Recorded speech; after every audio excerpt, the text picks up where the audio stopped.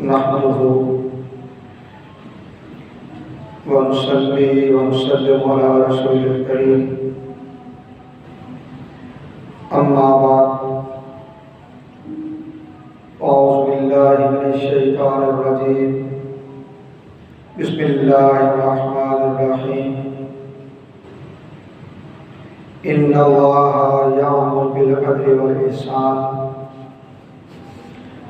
وقال الله تعالى وأقسطوا إن الله يحب المقسطين صدق الله العظيم إن الله وملائكته يصلون على النبي يا أيها الذين آمنوا صلوا عليه وسلموا تسلیما۔ درود پاک آواز میں پڑھیے الصلاۃ والسلام علیک یا سیدی یا رسول اللہ وعلی آلک واصحابک یا سیدی یا حبیب اللہ۔ الصلاۃ والسلام علیک یا سیدی یا خطب المرسلین وعلی آلک واصحابک یا سیدی یا رحمۃ للعالمین۔ اللہ رب العزت کی حمد و ثنا اور اس کے پیارے حبیب حضور احمد مجتبی محمد مصطفیٰ علیہ طیبہ الثنا کی بارگاہ بے کسبنا میں ہدیہ درود و سلام کے بعد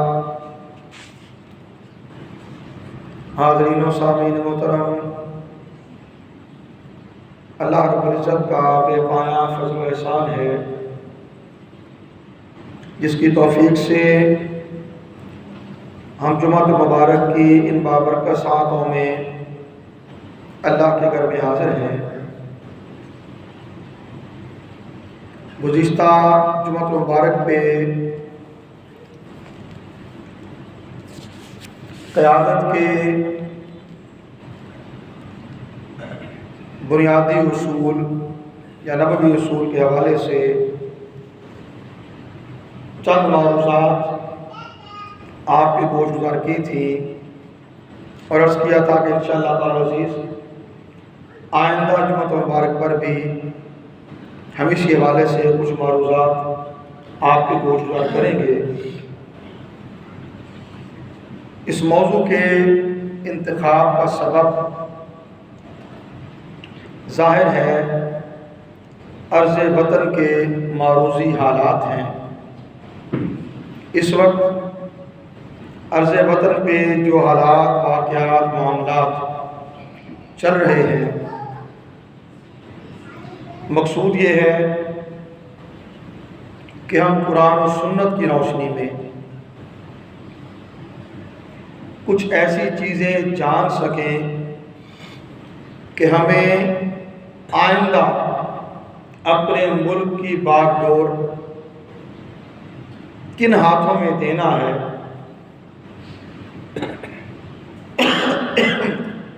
فیصلہ کرنے میں کچھ رہنمائی ہو سکے۔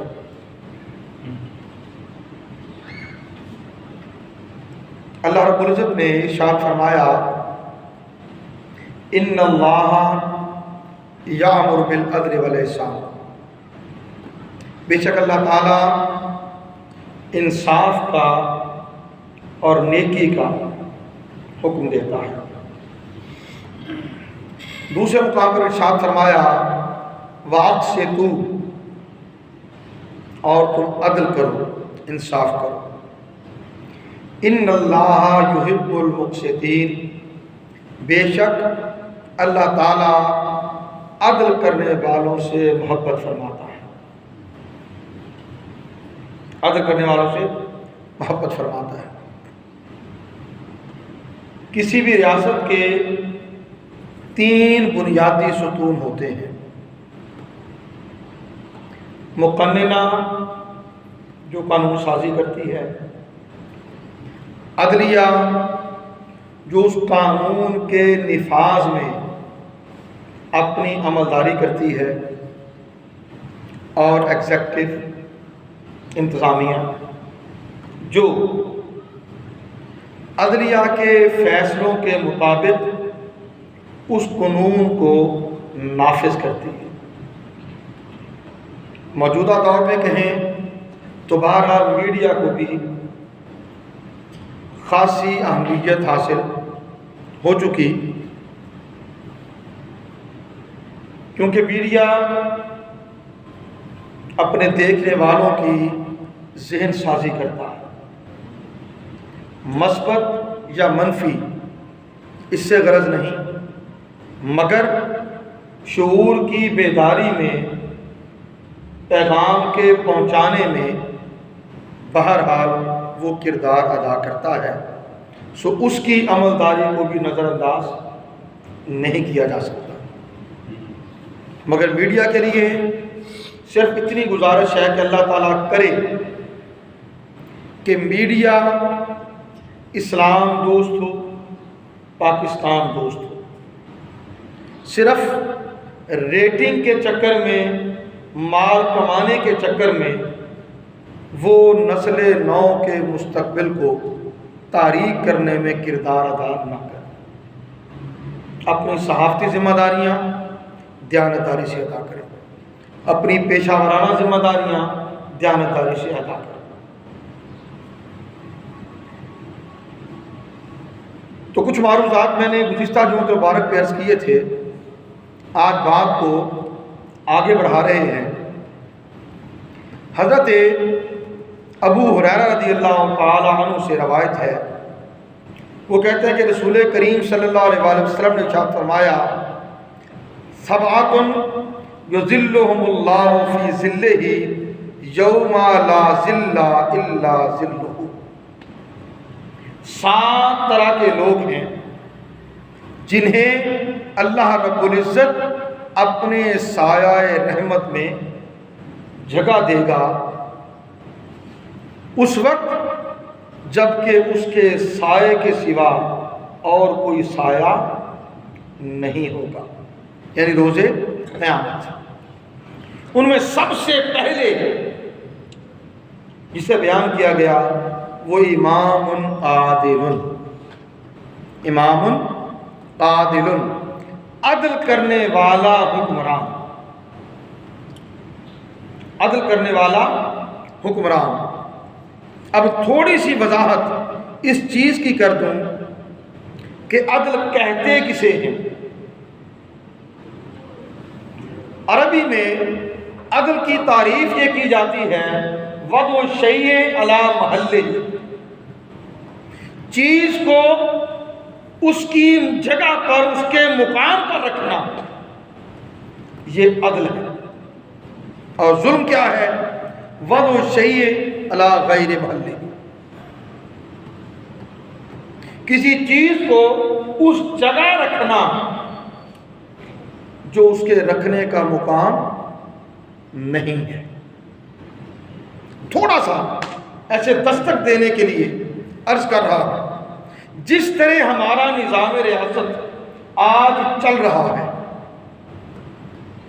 میں کسی حکمران پر کوئی تنقید نہ گزشتہ جمعہ پہ کی تھی نہ آج کرنے جا رہا ہوں، مگر دماغوں پہ دستک ضرور دوں گا کہ ہم سوچیں، غور کریں، تفکر و تدبر کریں اور اپنے نسلوں کے مستقبل ان ہاتھوں میں دیں جو اس امانت کو ادا کرنے کے قابل ہیں۔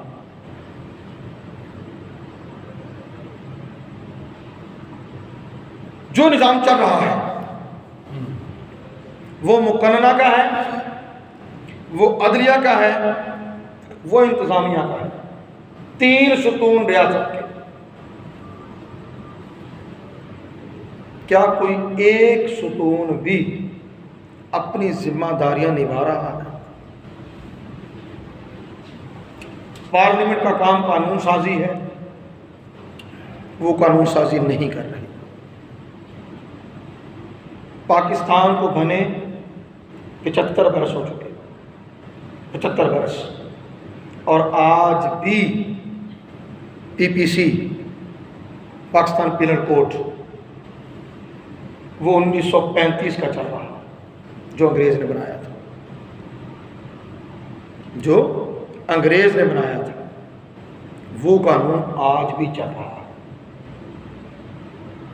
جتنی بھی اسمبلیاں آئیں، جتنے بھی حکمران آئے، وہ جمہوری اسمبلیاں ہیں، وہ مارشل لاء اسمبلیاں ہیں، کس نے قانون سازی کی؟ وہ قانون تھا برطانوی نو آبادیاتی نظام کو چلانے کے لیے۔ برطانیہ سے آئے تھے، بر صغیر پر حکومت کر رہے تھے، اور یہاں کے لوگوں کو انہوں نے غلام بنایا ہوا تھا۔ سو غلاموں پر غلاموں کا قانون نافذ کیا، اور 75 سال سے ہمارے آنے والے حکمرانوں بڑے لائق بڑے قابل لوگ بھی آئے، تبصرہ کسی پر نہیں، ذمہ داری پہ بات کر رہا ہوں، ذمہ داری پہ۔ 1935 کا ایکٹ آج بھی چل رہا ہے، اسی پر عمل درآمد ہو رہا ہے۔ جتنے لوگ آئے وہ کیا کرتے رہے؟ پارلیمنٹ کے ممبر بنتے رہے، کیا کرتے رہے؟ انہوں نے کبھی سوچا کہ عرض وطن پر بسنے والے آزاد ریاست کے باشندے ہیں، انہیں وہ قانون، وہ قاعدہ، وہ دستور چاہیے جو آزاد ریاست کے لیے ہوتا ہے، مگر ترجیح کرسی رہی، عوام کبھی نہیں رہی۔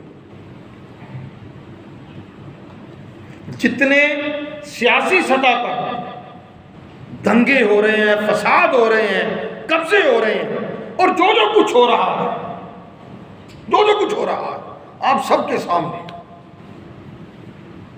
آپ سب کے سامنے ہے۔ کیا وہ کسی قاعدے، قانون، اخلاقیات، تہذیب، تمدن اور انسانی معاشرے کے تحت ہو رہا؟ طرفہ تماشا ہے اور قوم ساری دیکھ رہی ہے، مگر بے بس ہے، کچھ کر نہیں سکتی، کیونکہ سوچوں پر بھی بہرحال تالے لگے ہیں، اور جو کوئی شعور کی بیداری کی بات کرتا ہے اس کے لیے سوچا جاتا ہے یہ تو بے وقوف ہے، یہ تو پاگل ہے۔ بھلا ایسے بھی ہوتا ہے؟ ایسے ہو سکتا ہے؟ یار ہم انسان ہیں، اشرف المخلوقات ہیں، اشرف المخلوقات ہیں۔ اگر انسان نہیں کر سکتے تو کیا جانوروں کو کچھ کرنا ہے؟ وحشیوں کو کچھ کرنا ہے؟ حشرات الارض کو کچھ کرنا ہے؟ ذرا سوچیں۔ مقننہ کچھ نہیں کرنی، جو قانون ہے اس کے مطابق فیصلے کرنے ہیں عدلیہ کو، عدلیہ کو۔ عدلیہ کے پاس جو شواہد آتے ہیں بقول ان کے، وہ پورے نہیں ہوتے۔ وہ شواہد کس نے دینے ہیں؟ انتظامیہ نے، انتظامیہ نے، تحقیقاتی اداروں نے، اور وہاں پر اثر و رسوخ چلتا ہے۔ کوئی بکری چوری کے کیس میں سال ہا سال جیل میں پڑا رہتا ہے، اور کوئی جتنا چاہے لوٹ مار کر لے، اس کے لیے ہمارا قانون مکڑی کے جالے سے بڑھ کر اور کچھ بھی حیثیت نہیں رکھتا۔ اور ہماری عدلیہ کے فیصلوں کا معاملہ تو یہاں تک ہے، یہ تقریباً 2-2.5 سال پہلے کی بات ہے۔ ایک فیصلہ ہائی کورٹ نے کیا، اور اس فیصلے کے بعد چند اور فیصلوں کی بات بھی اخبارات کی زینت بنی۔ وہ فیصلے کیا تھی؟ 22 سال ایک شخص جیل بھگت رہا ہے قتل کے جرم میں، اور 22 سال بعد اسے باعزت بری کر دیا جاتا ہے۔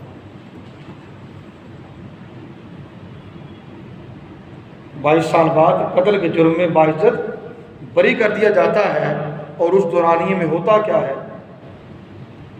دادا اپنی جائیداد بیچ کر اپنے بیٹے کو بچانے کے لیے در بدر کی ٹھوکریں کھاتا کھاتا مر جاتا ہے۔ بڑا بھائی عدالت کی ٹھوکریں کھاتے کھاتے وہ بھی مر جاتا ہے۔ وہ بچے جو بہت چھوٹے تھے وہ جوان ہو جاتے ہیں، نسلیں آگے آ جاتی ہیں، اور باپ جو جوانی میں جھوٹے قتل کے کیس میں جیل میں جاتا ہے، وہ بڑھاپا لے کر باہر آ جاتا ہے اور اسے باعزت بری کر دیا جاتا ہے۔ یہ ہماری عدالتوں کا نظام۔ اس طرح کا ایک فیصلہ آیا، اور اس کے بعد اخبارات نے عدلیہ کے اور بہت سے فیصلے وہ بھی اپنے اخبارات کی زینت بنائے، جن میں کیا تھا؟ 3-4 ایسے کیسز میرے ذہن میں ہیں، خلاصہ کر رہا ہوں۔ جس کیس میں وہ اندر ہوئے وہ کیس چلتا رہا، جیل میں ہی اسے موت آ گئی، 2 سال بعد، 3 سال بعد، 2.5 سال بعد فیصلہ آتا ہے کہ وہ بے قصور تھا۔ میرے پاس سمجھ آ گئی؟ جیل میں موت آ گئی، جنازہ ہو گیا، تدفین ہو گئی، سارے کام ہو گئے، 2 سال بعد، 2.5 سال بعد، 3 سال بعد عدالت اسے باعزت بری کر دیتی ہے۔ اس سے بڑا مذاق عدل کے ساتھ کیا ہوگا؟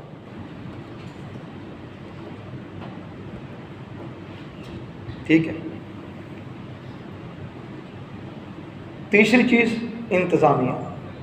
یہ تینوں چیزیں، مقننہ، عدلیہ، انتظامیہ، جب تک اپنا کردار صحیح طریقے پر ادا نہ کرے ریاست نہیں چل سکتی۔ اور آپ لوگ اس چیز پر امراً گواہی دیں گے، کام چھوٹا ہے یا بڑا، جائز ہے یا ناجائز۔ ناجائز تو ناجائز ہی ہوا، جائز کام کروانے کے لیے بھی، جائز کام کروانے کے لیے بھی شریف آدمی کو رشوت کا سہارا لینا پڑتا ہے، یا کوئی بڑی سفارش ڈھونڈنی پڑتی ہے جسے کوئی کلرک بھی جواب نہ دے سکے۔ کیا اس پورے نظام کو دریا برد نہیں ہونا چاہیے؟ 75 سال سے پھر میں ایک بات اور کہوں آپ سے، شاید اسی بات میں چلتی جائے مگر دباغوں پہ دستک ضرور ہوگی۔ 1973 میں پاکستان کا ایک آئین جسے متفق آئین کہا جاتا ہے وہ بنایا گیا بھٹو کے دور میں، وہ بنایا گیا بھٹو کے دور میں۔ 1973 کے بعد 27 سال وہ، 22 یہ، 49 سال ہو گئے۔ اس دوران 21-22 اس میں ترامیم آئیں، اس آئین میں 21-22 ترامیم آئیں۔ صرف آپ کی اطلاع کے لیے، ہمارے آئین کی جو پہلی 40 سکے ہیں، پہلی 40 سکے، اس میں پاکستان کے عوام کے حقوق کو بیان کیا گیا۔ پہلی 40 سکوں میں پاکستان کے عوام کے حقوق، کہ ریاست کی کیا کیا ذمہ داری ہے، وہ اپنے باشندوں کو کون کون سے حقوق دینے کی ذمہ دار ہے۔ ان قوانین پہ کبھی ریاست نے عمل آج تک نہیں کیا۔ ہاں، سیاست میں عمل ہو جائے تو الگ بات ہے، اور وہ جو 22 کی 22 ترامیم آئیں، ان سب میں آپ معروضی حالات کو دیکھ لیں کہ کس کے زمانے میں وہ ترمیم ہوئی۔ صرف جو کرسی پر موجود ہے اس نے وہ ترمیم اپوزیشن کے ساتھ مل کر بارگیننگ کر کے، لے دے کر کے، ریاست کے وسائل رشوت پہ خرچ کر کے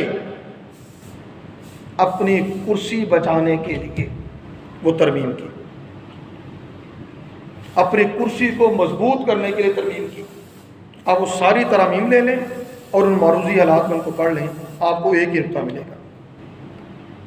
عوام کے لیے آئین پاکستان میں بھی ترمیم کے لیے ہمارے ریاستی باشندوں کے پاس، ہماری مقننہ، ہماری پارلیمنٹ کے پاس کوئی وقت کبھی نہیں رہا۔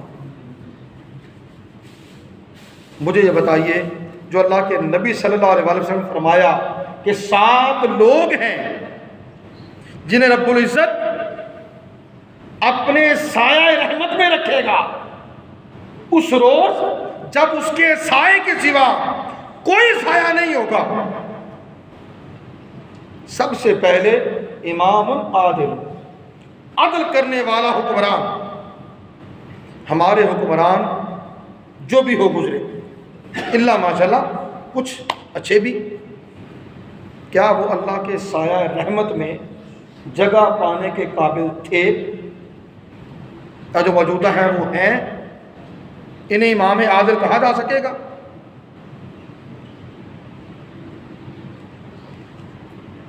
حضرت عوف بن مالک رضی اللہ تعالیٰ عنہ فرماتے ہیں کہ میں نے رسول کریم صلی اللہ علیہ وسلم کو فرماتے سنا، بہترین حکمران وہ ہے جن سے تم محبت کرتے ہو اور وہ تم سے محبت کرتے ہیں، اور بدترین حکمران وہ ہیں یا مفزع بغض، ظلم کرنے والے، جن سے تم بغض رکھتے ہو اور وہ تم سے بغض رکھتے ہیں۔ اور دوسری چیز آ گئی، بہترین حکمران وہ ہیں جن کے لیے تم دعائیں کرتے ہو اور وہ تمہارے لیے دعائیں کرتے ہیں۔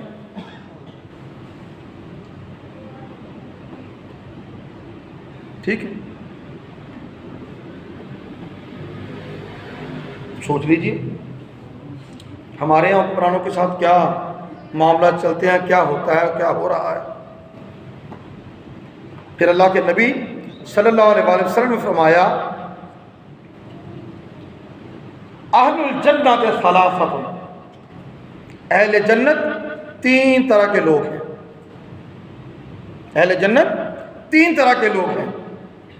سب سے پہلے فرمایا، ذو سلطان مقسط مرفق ورجل رحیم رقیق القلب لکل ذی قربى ومسلم وعفیف متعفف ذو ایال۔ ارشاد فرمایا وہ 3 جنتی کون ہوں گے؟ فرمایا حکمران جو اپنی رعایا کے ساتھ مہربان ہو، جو اپنی رعایا کے ساتھ مہربان ہو۔ پھر فرمایا جو اپنے رشتہ داروں کے ساتھ اور عام مسلمانوں کے ساتھ نرم رویہ رکھنے والا ہو۔ اور تیسرا فرمایا وہ پاک دامن جو لوگوں سے مانگنے سے گریز کرنے والا ہو، اگرچہ وہ کمزور ہی ہے۔ پھر ایک چیز اور عرض کرنے جا رہا ہوں جس کا تعلق ایک حاکم وقت کے لیے اپنے وزراء کا انتخاب ہے، وہ کیسے وزیر بنائے، وہ کیسے وزیر بنائے۔ حضرت علی مرتضیٰ رضی اللہ تعالیٰ عنہ سے آپ کے ایک مصاحب نے پوچھا کہ حضرت کیا وجہ ہے، آپ سے پہلے خلفائے راشدین کے عہد میں حالات بڑے پرامن تھے، معاملات بڑے طریقے سے چل رہے تھے، جبکہ آپ کے عہد مبارک میں حالات کشیدہ چلے آ رہے ہیں. حج امیر معاویہ والا معاملہ ساتھ آ گیا، خوارج والا آ گیا. ٹھیک ہے، حالات کشیدہ چلے آ رہے ہیں، بدامنی ہے، انتشار ہے. ایسا کیوں؟ تو حضرت علی المرتضیٰ رضی اللہ تعالیٰ نے ارشاد فرمایا اس کا سبب یہ ہے، وہ جو پہلے خلفاء تھے ان کے وزیر اور مشیر ہم تھے. ان کے وزیر اور مشیر ہم تھے اور ہمارے وزیر اور مشیر تم ہو. حاکم وقت کو راہ راست پر رکھنے والے بھی وزیر اور مشیر ہوتے ہیں اور بھٹکانے والے بھی وزیر اور مشیر ہوتے ہیں.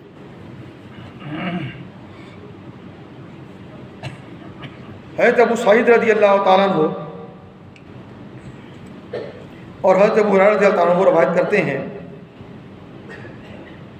کہ اللہ تعالیٰ نے جتنے بھی انبیاء علیہ السلام مبعوث فرمائے وہ بنی اسرائیل میں، وہ سب کے سب ایک نبی رخصت ہوتا، اس کے بعد دوسرا نبی آ جاتا. میں آخری نبی ہوں، میرے بعد کوئی نبی نہیں. ہاں میرے بعد خلفاء ہوں گے، میرے بعد خلفاء ہوں گے. ٹھیک ہے، مگر کیا چیز فرمایا؟ ان کے دو دو رفیق ہوئے ہیں. وہ جو پہلے نبی تھے، ایک رفیق اسے نیک راہ دکھاتا اور اس پر رغبت دلاتا. نیک راہ دکھاتا اور اس پر رغبت دلاتا کہ یہ اچھا راستہ ہے، اچھا کام ہے، کرنے والا ہے، اسے کر گزریے. اور دوسرا اسے برائی کا راستہ دکھاتا اور برائی کی رغبت دلاتا.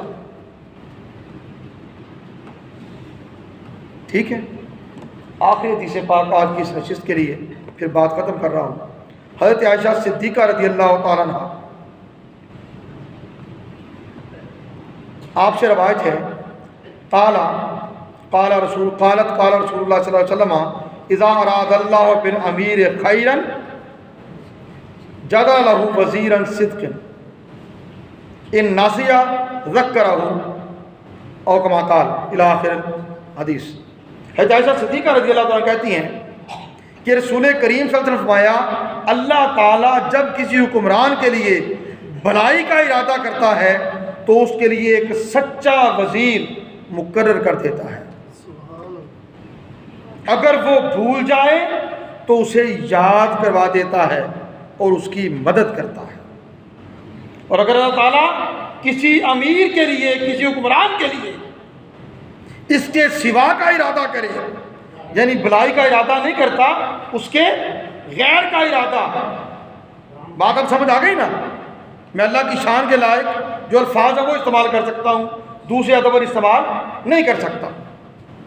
بھلائی کا ارادہ کرے تو اسے ایک سچا وزیر دیتا ہے. حاکم بھول جائے وہ اسے یاد کرواتا ہے اور اس کی مدد کرتا ہے. اور جب اللہ تعالیٰ کسی حاکم کے لیے، کسی امیر کے لیے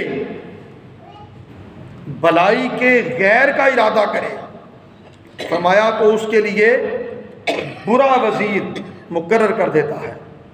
اگر وہ کسی بات کو بھول جائے تو اسے یاد نہیں کرواتا، اور اگر یاد ہو تو مدد نہیں کرتا. یاد ہو تو مدد نہیں کرتا. بات مکمل کر رہا ہوں.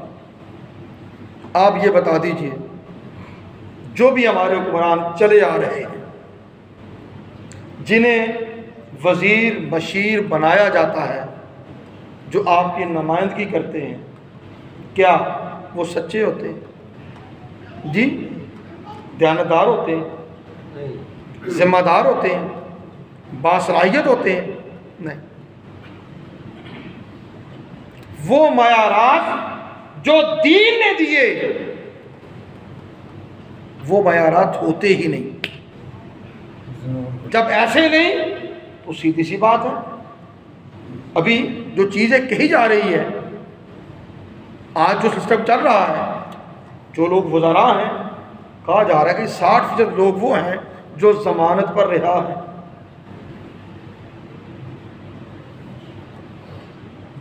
ٹھیک ہے، کیا کر لیں گے؟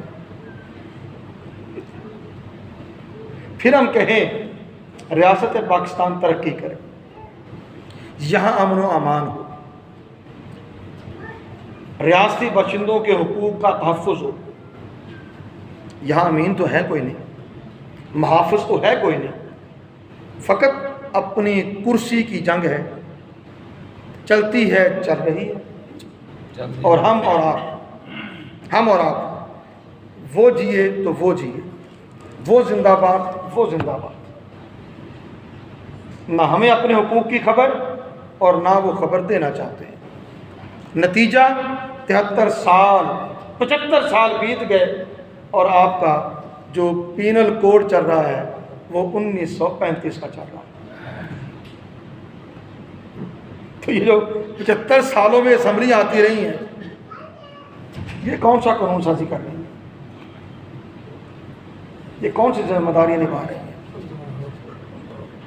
سوچئے، غور کیجئے۔